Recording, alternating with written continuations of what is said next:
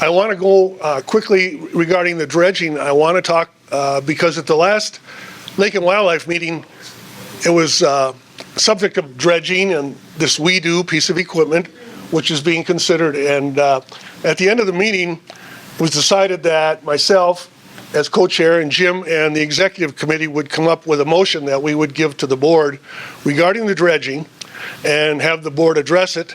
And so I want to give you an update on kind of where that went and what happened, because that was given to us as a charge.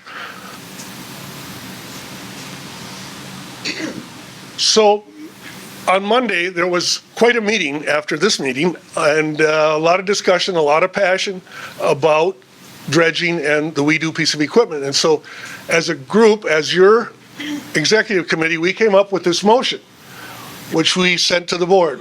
Lake and Wildlife, along with the request of the Bent Tree Foundation, who was together with us, in order to reduce silt in Lake Tamarack, recommends the Bent Tree Board of Directors reconsider the WeDo equipment along with other dredging options and the 2024 and 25 dredging plan. We request the board include a silt reduction dredging plan and dollars to fund it in the 2026 budget. Lake and Wildlife will continue to be involved in the dredging committee and help BTCI develop that plan. This motion was passed unanimously by the executive committee and then sent to the board. We met with the board, myself, Colin, Kevin O'Brien, and Huff, and discussed the WeDo piece of equipment with the board. And the board had questions and gave us some questions that we needed to answer. And then Kevin responded back on specifics about the WeDo and what was the cost and how long it would take to dredge the 3 coves and so on and so forth. And the board has had a few questions back and forth. So we're still working through that. Kevin is answering most of the questions, and Huff and Colin and myself are part of watching that go through. So it's moving forward. The board's considering, as I already said, a multitude of considerations, but they're all good. And then, as he mentioned, the board is going to discuss this on 10/28 at the capital expense, and that's a very important meeting. Very, very important. If you're concerned about dredging, which most of the people here in the community are, you want to be at that meeting and listen and see what they do. I think it's going to be very, very good. So that's where that's at, but I wanted to show you what this WeDo piece of equipment is. A lot of people have talked about it. There's been discussion. This is the WeDo Model 3012. They call it the silt sucker. As you can see, it's like a huge Sea-Doo, 7-8 feet long, about 4 or 5 feet wide, single operator, and it has a bar that'll come down and cut limbs and sticks and things like that. It has a bucket on the front you can scoop weeds and, you know, big sticks and things with. It's run by a Cummins small, it's actually a Tomitsu diesel engine that powers it. And then the silt sucker has a 3-inch nozzle that goes down in and pulls the silt out and goes out. And then of course you'd have to have hose to go from there to a pump to get it on shore, and then on shore to another bag or whatever. So that is a small, it's a unit that's made for small lakes and ponds, and it's the silt sucker. So that's what it is. I'm not going to go into a lot of detail. Obviously, we'll be happy to answer questions on it, but this unit is what they were considering along with the other dredging options to be done. I will only mention that, and I was talking with Colin earlier, that I did further research just going back from my own sense and what was going on all the way back to 2002 when dredging was started again, and kind of got the history of what the board did and what were the things they had to address and what were the issues in the 3 coves, what were the issues with the landowners, what were the issues on the actual dredging that was done. And I can tell you that the board at that time considered a lot of options, which I was not aware of.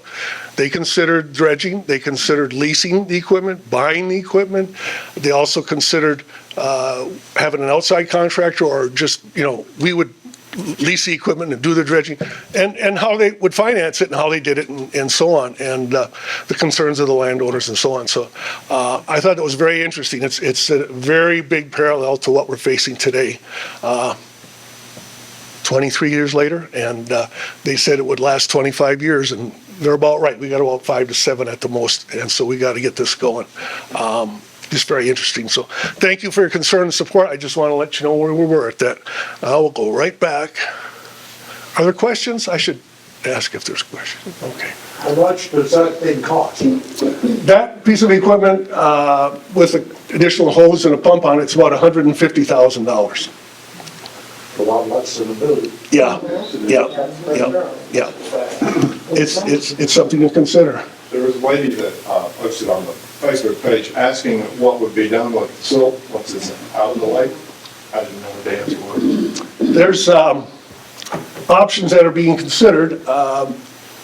Once the silt is pumped up, you need another boat in between, and you need a pump and you need hose, and then you need to be 30 feet off the shoreline, and it has to be fenced and erosion proof, and it can go into big, huge plastic bags. And I'll just call them bags, balloons. They're big plastic black bags, and it goes in there and it just fills them up, and you fill the next one up, and it has to sit there, and then it has to sit and it slowly drains the water. And then what's left inside the bags is the silt itself, and then after a period of time you can open them, and then you can take it and then take it to an appropriate place that BTCI is considering options of where it would be taken. There is an option also that if a dredger comes, there is a unit that they take with 10 and 12 inch, not 3 inch, 10 and 12 inch. So they suck up the small sticks, everything goes out, and it goes into what I'll call a round roller. And if you ever seen the TV shows where they're digging for gold and they're rolling all that rock through, and they're rolling it through in the small and in the big and the small, they actually have units where they'll pump it out, everything goes in there, and the water comes out, and of course you have to have a silt screen and all that for the water, but the pieces and particles actually get filtered. So you get your bigger rocks and sticks and things like that are pulled out, other things are pulled out, and then when it drops down on the ground in an area, then you can immediately move it. You don't have to wait because it's already filtered, and you can say, okay, rocks and sticks, they go here, but here's the good silt and the stuff that's not like mud, but it's even a little firmer than mud, but it could be moved without having problems, and so that's an option that they could do. And the third option is, as they did way back in 08, 09, they dug big holes. They dug a huge hole over where the boat storage area is. They moved all the boats and all the racks down to the campground, and they dug a huge hole, and they filled that hole, and then when it overflowed, they let it run more towards the beach. And then they also had a hole, as you know, at the beach, kind of to the right of where the bocce ball court is back down in there. And they dumped and filled in there. And then, of course, at Mulligan, you pump it out and you put it into an area that was a common green area, and it stayed in that area. So that's the options. And there's places where you can take it. But once you let it sit for a while, then maybe you could add, pH, nitrogen, phosphate, whatever, roll it, make it something that's usable, and then put it somewhere. They consider just buying a used dump truck and dump that silt in the truck and haul it off by the water? Yeah, that was part of the consideration that's in there. All you have to do is make sure, you can't take it raw because then you'd have to have something in there so the water wouldn't run out. EPA says if it runs out and you've got effluent that's coming out of a truck or vehicle from a silt, that you've got to treat those areas and roads. And that's a daily thing because you can't let that run. You just can't let it run. That's the law. That's what the rule is. About 4 or 5 years ago, and even Ashley and others have checked with other areas around here, including Big Canoe, and Big Canoe did a dredge. And you probably saw it, they also did a dredge this summer in the lake, and they let the lake run down to nothing, but they used trucks and they had to run it out, and some of the people called and complained, and the EPA showed up and said, you can't do that. You gotta water that down every day, you can't let that run, it's gotta be watered down, so you just have to water it down, that's all. Larry? I may have missed it, can you rent a piece of equipment and then other people use it so you're not having to buy it? Yeah, yeah. You can, Cost yeah, prohibitive, you or- can rent it. It's in the mix, I mean, it's $1,000 a day, $8,000 a day, depends how big the unit is. But then it's our liability too. That's another situation that's being considered heavily because there is liability. I mean, we'll just leave it at that. Good questions. This is a big decision. This is big money, and your input is sure welcome. It's, For anybody that hasn't heard, you might mention what some of the quotes were in the past, so in the millions, right? For another company to do it, yeah. is that correct? Yeah, millions, yeah. And at the time it was done, and some of you have been around here a lot longer than I have, but 08, 09, about the same amount in the three coves was pulled. At that time, it cost about $800,000 for an outside dredger. Choo-choo out of Chattanooga, came down here and dredged it out. At that time, it was about $25 to $30 a cubic yard. Now it's about 50 to 55. So, yeah. How does this impact the homeowners in here from a financial standpoint?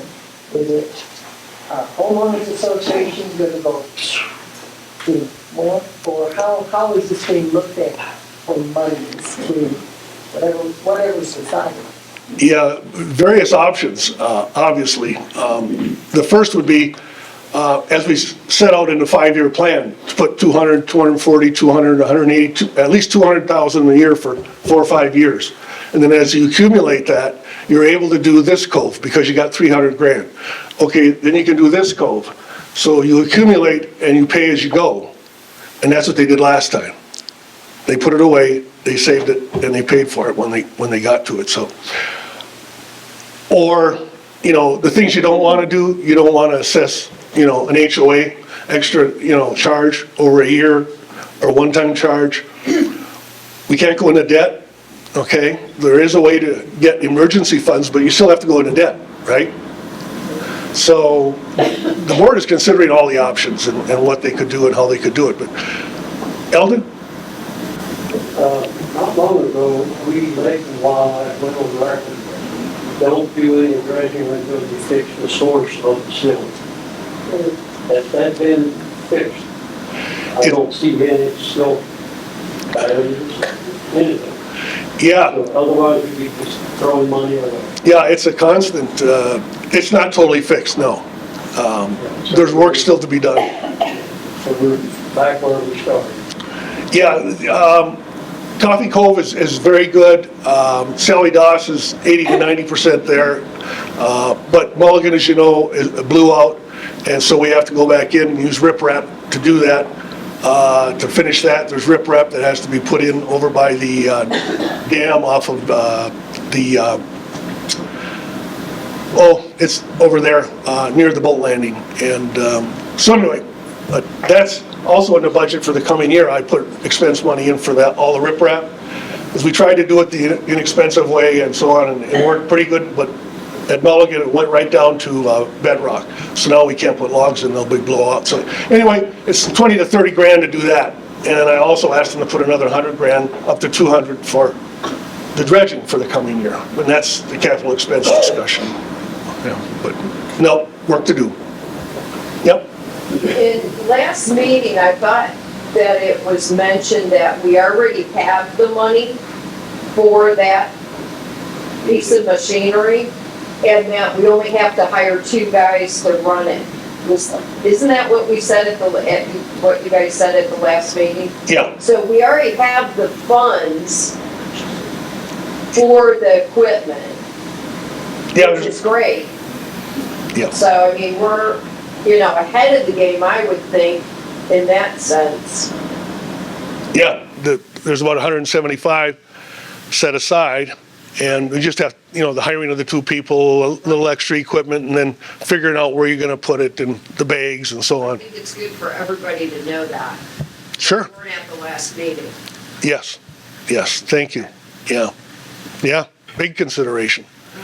And that's that whole weight, and you all know, you've been here a long time, do you try to keep putting it aside, and then it gets detoured, and when it comes time, it's not there, or do you just spend the money even though it's not the best way or the fastest way over years, but you get into the dredging business, and you really need to have extra people, obviously, and you have to have somebody that knows about dredging, is an expert that's used this or done this, to actually kind of run the crew, just like you have a road crew, you got the water department, you really have to have, because it's what it is. But it saves the lake, that's what we want to do. Other questions? Thank you, appreciate it.